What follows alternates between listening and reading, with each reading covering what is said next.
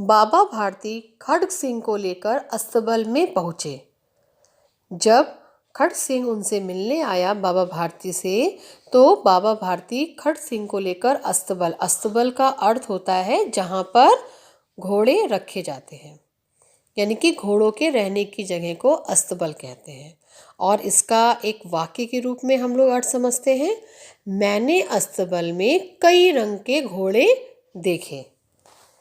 बाबा भारती ने घोड़ा दिखाया तो खड्ग सिंह घोड़े को आश्चर्य से देखता रह गया। उसने अपने जीवन में ऐसा सुंदर घोड़ा देखा ही ना था। उसने सोचा कि ऐसा घोड़ा तो मेरे पास होना चाहिए।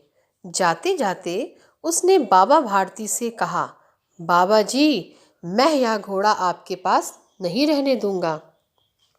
यह सुनकर बाबा भारती डर गए। अब उनकी रात की नींद उड़ गई।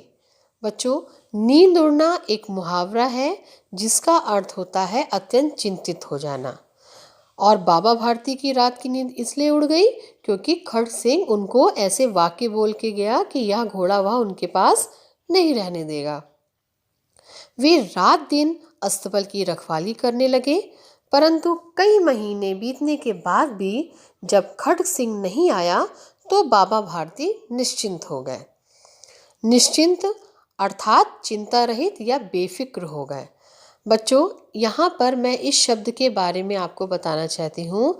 निश्चिंत और निश्चित दो समान मात्राओं के शब्द हैं, लेकिन केवल बिंदु के अंतर से दोनों के अर्थ में अंतर आ जाता है। निश्चिंत यहाँ पे बिंदु लगा है और इसका अर्थ होता है बेफिक्र, और निश्चित यहाँ पर बिंदी नहीं लगी है और इस निश्चित का अर्थ होता है पक्का।